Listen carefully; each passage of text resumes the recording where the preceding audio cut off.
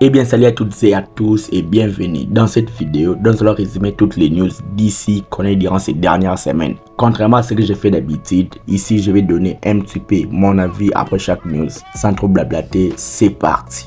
Pour Supergirl Woman of Tomorrow, il faut savoir que le tournage du film a officiellement commencé. Et nous avons eu les premiers aperçus de Millie Alcock sur les tournages. Et aussi, les premiers logos du film Supergirl Woman of Tomorrow a aussi été dévoilé. Pour être franc avec vous, pour moi, le film Supergirl Woman of Tomorrow me hype plus que le film Superman de James Gunn. Je trouve que ce film sera une bonne surprise et j'ai trop hâte de voir ça au cinéma. Il faut aussi savoir que l'acteur David Krumholtz qu'on a récemment vu dans le film Oppenheimer et l'actrice Michael Bicken qu'on a vu récemment dans la série 1899 sur Netflix ont quant à eux rejoint le casting du film Supergirl Woman of Tomorrow et ils vont incarner les parents de Supergirl. J'ai kiffé les acteurs dans ces deux projets et j'espère qu'ils vont faire quelque chose de bon dans le film Supergirl. Pour la série Lanterne, il faut savoir que les tournages de la série devraient commencer dans les semaines prochaines. Et je trouve qu'il était temps, depuis que le projet a été annoncé, on devrait quand même avoir le début du tournage car le casting est presque complet. En parlant du casting, il faut savoir que l'acteur Ulrich Thompson incarnera officiellement le personnage, le célèbre antagoniste de Green Lantern, Sinestro.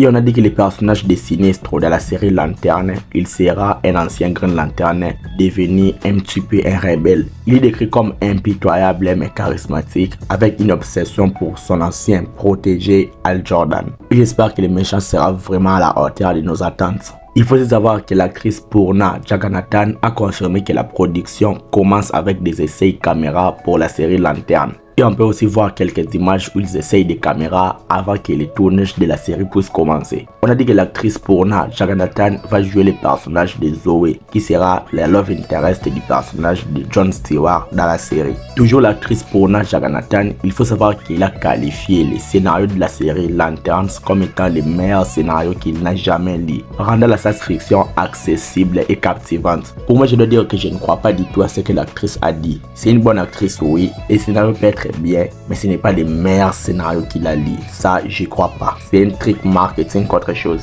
Pour le film Superman de James Gunn, il est dit que Millie Alcock va apparaître sous son personnage de Supergirl dans le film. Et aussi, on l'a vu partout, un nouveau teaser avec des images inédites de Superman a été dévoilé. Et dans ce teaser, il y a cette image qui fait polémique sur les réseaux sociaux. James Gunn a parlé, il a confirmé qu'aucune image de synthèse n'a été utilisée sur le visage de David Corenswet dans cet extrait. Il a aussi dit que l'arrière-plan qu'on voit en glace, c'est vraiment un endroit réel, c'est sur Valbar. Pour moi, je trouve que cette image est dégueulasse. Si le film sera comme ça, je suis désolé, mais je suis pas du tout partant. Et j'ai un petit peu peur pour les scènes de vol dans le film. James Gunn a aussi expliqué que seule la série Creator Commandos est entièrement canonique dans le DCU actuellement. Il a dit que le film The Suicide Squad est considéré comme un parfait souvenir. Ce n'est pas canonique, mais il y a quelques événements qui sont canoniques. Et avec tout ça, je vois vraiment que l'univers DCU de James Gunn est vraiment bizarre. S'il ne nous explique pas tout ce qui se passe, on sera vraiment dans l'embarras, on ne va rien comprendre.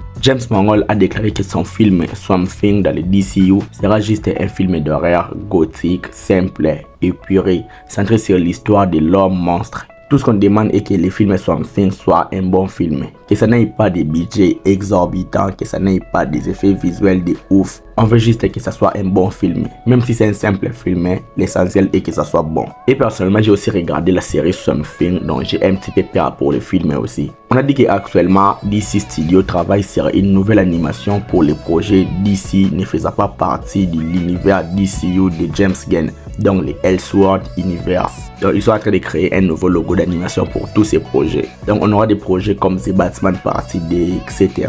Tous les projets qui ne sont pas dans l'univers de James Gunn. Et pour moi, je trouve que c'est une bonne idée aussi. Et ça va aussi nous aider à différencier des projets qui sont dans l'univers de James Gunn ou pas. Et pour ceux qui s'intéressent, il faut savoir que la saison 2 de la série Harley Quinn a débuté sa diffusion sur Max. Personnellement, j'ai regardé tous les 4 saisons. J'ai regardé la saison 5 quand la diffusion se terminera. Je vais m'arrêter là, je pense que j'ai fait le tour de toutes les news d'ici qu'on a eu durant ces dernières semaines. Dites-moi donc ce que vous en pensez dans les commentaires. Like la vidéo et abonne-toi à la chaîne. Suis-moi sur mes réseaux sociaux, Instagram, TikTok, Threads et Snapchat. Les liens sont dans la description. C'était Jonathan Geek et je vous dis qu'on se retrouve trop vite pour une prochaine vidéo.